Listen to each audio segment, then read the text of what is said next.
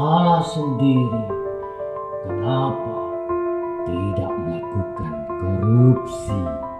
Salah sendiri. Kenapa tidak mencari kesempatan-kesempatan itu?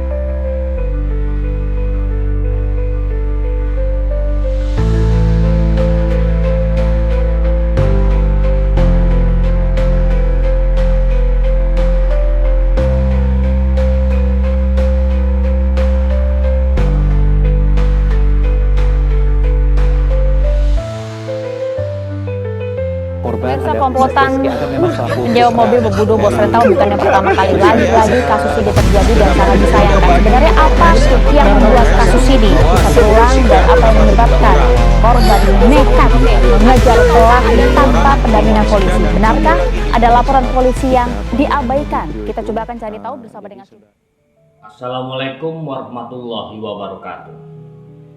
Selamat berjumpa lagi saudara pemirsa di studio Songgo Seni Indonesia. Masih di studio yang sama dengan set yang sama apa adanya. Saya harap perjumpaan kita kali ini kita semua mendapatkan kesehatan, mendapatkan berkah dalam hidup. Saya ucapkan selamat tahun baru di tahun 2025 ini. Semoga apa yang direncanakan di tahun ini bisa terlaksana. Apa yang sudah dipersiapkan di tahun kemarin dan dieksekusi di tahun ini semoga menjadi lancar adanya. Berbicara tahun baru, saya harap di tahun ini terjadi perubahan-perubahan, terutama tentang kualitas hidup, tentang pelayanan-pelayanan, tentang apa saja. Karena yang kita tahu di tahun baru ini ada sesuatu yang sekiranya harus kita hadapi. Isu tentang kenaikan pajak PPN yang 12 itu, kemudian pemerintahan yang baru ini menjalankan program-programnya. Ya, kita berharap semuanya baik-baik saja. Tapi sayangnya di tahun baru ini kita dikejutkan oleh beberapa hal gitu ya, terutama soal pelayanan tentang keamanan kita, pengayoman kita. Kemarin sudah dibuka dengan kasus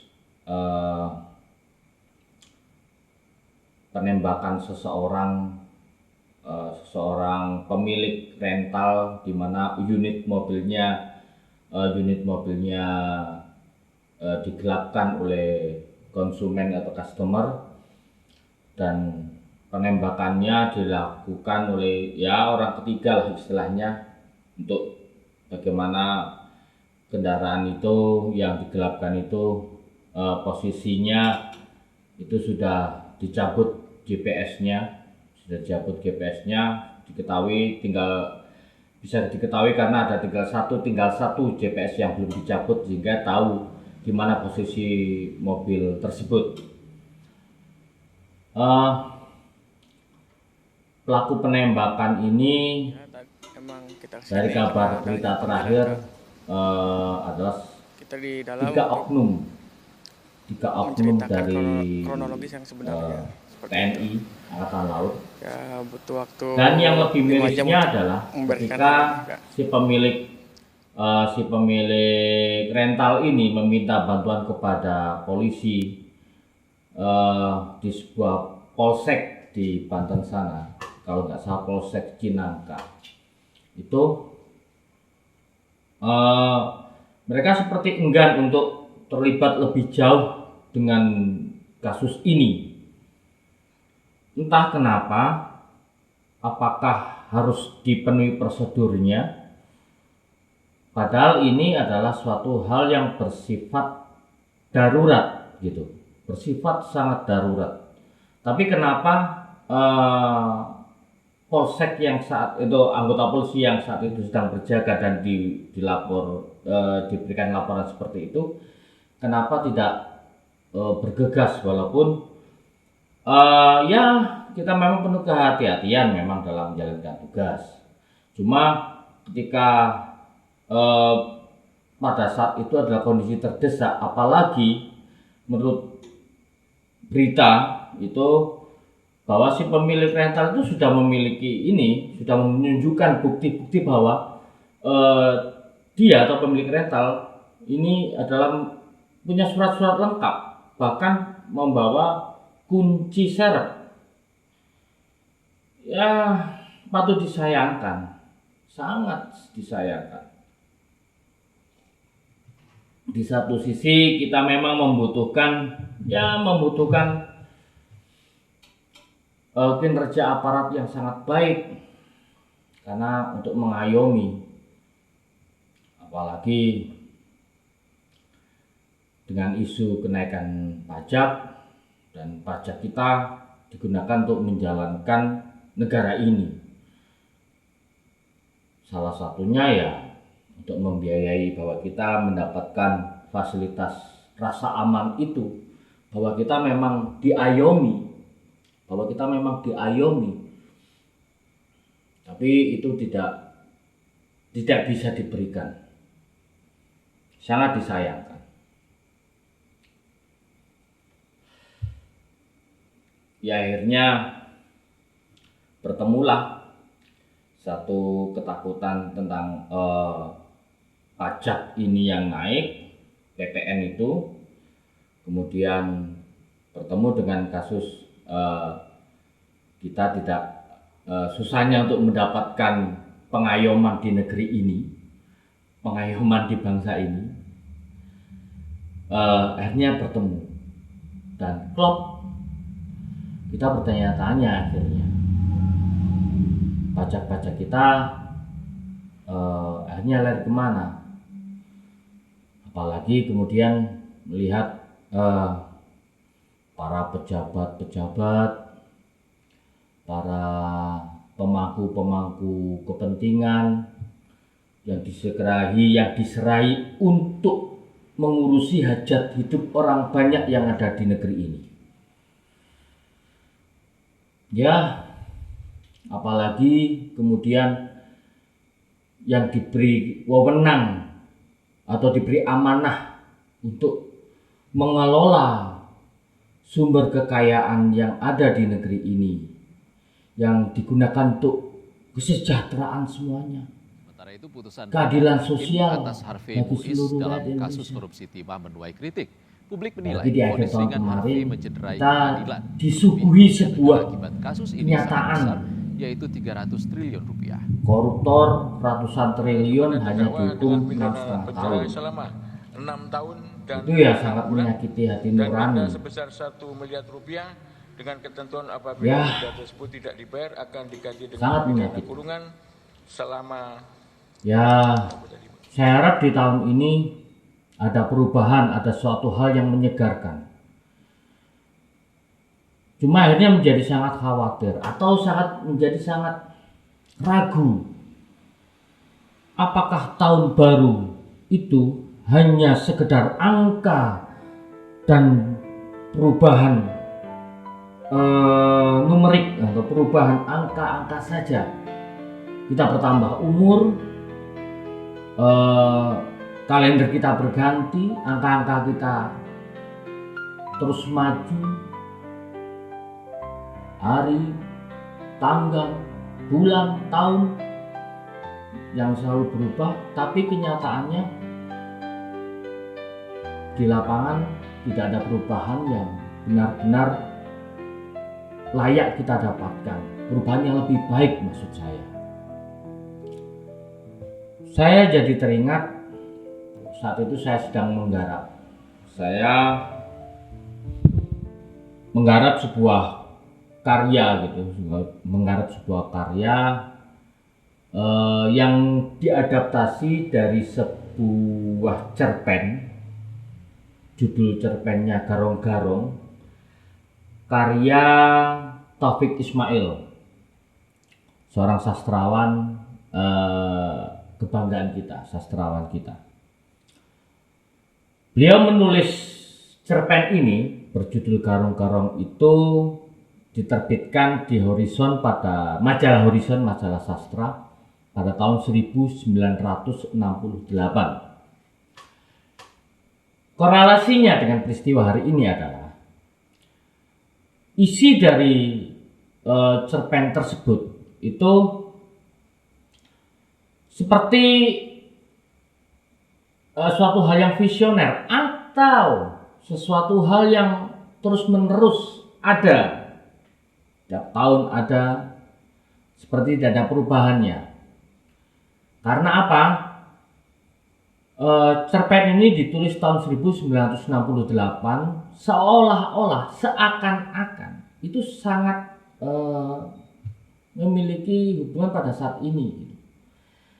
Cerpen ini bertemakan tentang kritik sosial, tentang kesewenang-wenangan aparat, tentang ketidakadilan sosial.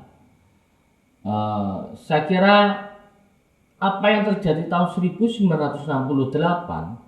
itu seperti masih sama sampai hari ini. Berarti kalender boleh berganti, bulan boleh berganti, tahun pun berganti, dan persoalannya masih sama.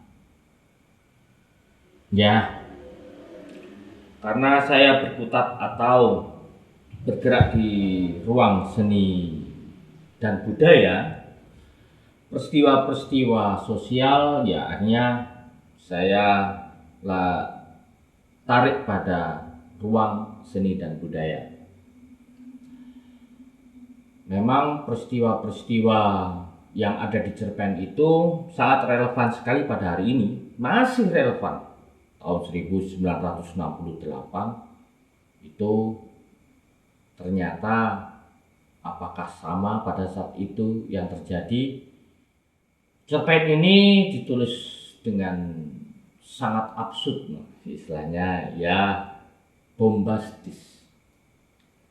Tapi apakah di cerpen Garong-Garong ini kita akan mengalaminya pada suatu saat nanti? Kegilaan-kegilaan atau peristiwa-peristiwa yang akhirnya kita pada saat ini menjadi sangat maklum, ya begitulah peristiwa itu terjadi, begitulah ketidakadilan itu, walaupun viral adanya misalkan, ini orang menjadi bosan, oh ya sudah kita nikmati saja ketidakadilan ini. Jika itu sampai terjadi, wow, berarti apa yang terjadi, apa yang ditulis di cerpen itu akhirnya benar adanya, dan kita menghadapi persoalan itu akhirnya, dan itu yang ditakutkan. Saya berpikirnya seolah-olah gitu, kemudian orang-orang yang melakukan kesewenang-wenangan atau orang-orang yang melakukan hal-hal yang tidak amanah itu akhirnya menyalahkan kita, seolah-olah misalkan menyalahkan kita. Salah sendiri, tidak pintar, salah sendiri, tidak mencari kesempatan-kesempatan dalam kesempitan. Salah sendiri, tidak berpendidikan tinggi sehingga tidak bisa menempati posisi-posisi yang sangat menentukan masa depan pundi-pundi keuangan kita. Salah sendiri kenapa tidak melakukan korupsi. Salah sendiri kenapa tidak mencari kesempatan-kesempatan itu.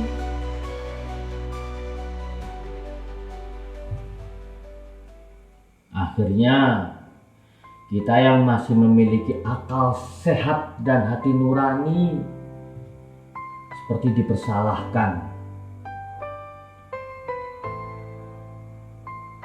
Kita sebagai yang masih waras ini sepertinya harus ikut edan seperti mereka. Ataukah kita menggadaikan kewarasan kita untuk ikut edan bersama mereka? Bukankah seperti itu?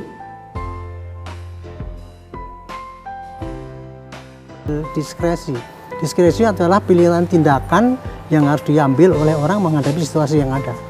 Ini kan masalahnya kan orang minta tolong untuk dikawal, ngejar mobil, dan dia sendiri sudah ngomong bahwa itu yang dikejar ada pakai senjata, Betul. gitu kan? Dan kemudian prosesnya lama kayak gitu, jalan panjang kayak gitu, sehingga dia minta. Nah, kita bayangkan sekarang polisi di polsek yang jaga di situ berapa orang? Dia sendiri kan nggak berani mutus. Akhirnya dia tanya Kapolsek, kan? Pak, ini ada orang minta tolong dibantu apa enggak? Kapolseknya juga mikir juga dengan kondisi kayak gitu, dia kalau dia nyuruh juga mungkin keliru juga nanti. Makanya dia dengan alasan Pak Kapolsek minta syarat-syaratnya dulu, bikin LP supaya nanti kalau terjadi suatu apa-apa itu bisa dipertanggungjawabkan, kan kayak gitu ya. Tapi kan kalau kita lihat kan ini kan bermain dengan waktu ya Pak ya. Itulah makanya saya bilang yang namanya main dengan waktu itulah kritikal daripada diskresi itu tadi, Bu. Kalau seandainya ya sekarang ya, seandainya oke, kejar aja. Dikejar, yang ketembak polisinya. Siapa yang salah? Kan pimpinan juga kan. Itu kalau seandainya terjadi itu. Jadi intinya begini. Polisi memang tugasnya adalah melayani masyarakat. Tapi di dalam melayani itu dia juga terbatas apa yang bisa diberikan pelayanan. Dan seorang petugas di polisi yang di depan ya pasti berpikir dia itu bisa membantu dengan kekuatannya dia, dengan kemampuan dia, kira-kira berhasil apa tidak. Kalau dia merasakan itu sudah tidak akan berhasil, ngapain dipaksakan, kan? Mendingan dia pokoknya lengkapi dulu. Dan Demikianlah apa yang diucapkan oleh seorang pensiunan petinggi Polri dan saat ini menjabat sebagai penasehat Kapolri. Untuk itu, mari kita jaga baik-baik keluarga kita. Selain Tuhan, kitalah yang harus mengayomi, mengamankan diri kita sendiri dan keluarga kita, harta-harta kita. Urusan lain silahkan Anda berpikir sendiri. Cari keadilan. Keadilan kemana? Silahkan dipikirkan sendiri-sendiri. Sampai jumpa. Wassalamualaikum warahmatullahi wabarakatuh.